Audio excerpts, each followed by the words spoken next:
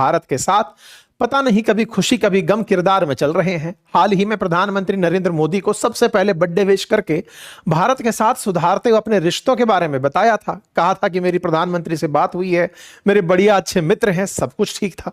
लेकिन इसी बीच में इन्होंने कुछ ऐसा कर दिया जिसका असर संभवतः भारत पर ही सबसे ज्यादा पड़ सकता है।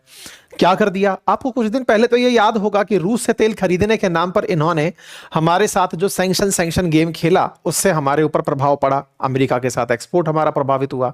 अब इसके बाद इन्होंने दूसरा खेल खेल दिया है, और वो क्या?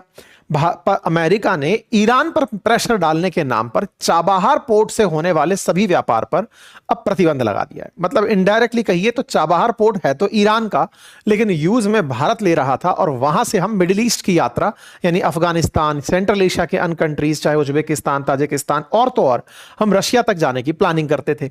भाई साहब ने ईरान पर मैक्सिमम प्रेशर अपनाने की नीति अपनाते हुए उसके ऊपर प्रतिबंध की घोषणा कर दी है, और यह प्रतिबंध 29 सितंबर से लागू हो जाएंगे। तो बस भारत पर अब चाबहार पोर्ट से व्यापार करना मुसीबत भरा सौदा हो जाएगा। या यूं कहिए, हमने पिछले साल ही 2024 में ईरान के साथ 10 साल का एग्रीमेंट किया था, और उस एग्रीमेंट के तहत हम ईरान में स्थित इस चाबहार पोर्ट से अपना व्यापार करने वाले थे, कांडला से चाबहार, और चाबहार से हम फिर अफगानिस्तान पहुंचने के लिए तैयारी करने वाले थे। इन भाई साहब ने अब कहा है कि चाबहार से अगर आपने व्यापार किया, अपन को नहीं कहा, दुनिया का कोई भी देश अगर चाबहार पोर्ट से व्यापार करेगा तो प्रतिबंधित रहेगा। कुछ उस तरह से चाबहार पोर्ट पर दी जाने वाली छूट को खत्म कर दिया है। अब सवाल यह बनता है कि चाबहार पोर्ट स्पेशल नाम लिया है, बिल्कुल लिया है, अब दिक्कत क्या है?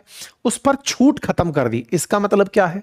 इसका मतलब यह है कि पहले अमेरिका ने बकायदा चाबहार पोर्ट के लिए भारत को वेवर दिया हुआ था कि ठीक है, पूरे ईरान पर प्रतिबंध है, लेकिन अगर आप चाबहार यूज करते हैं तो आपके लिए ये बिल्कुल वैसे ही है जैसे बाइडेन ने भारत के लिए रूस से तेल खरीदना परमिट कर रखा था कि अगर $60 प्रति बैरल से कम खरीदते हैं तो आपको परमिट है।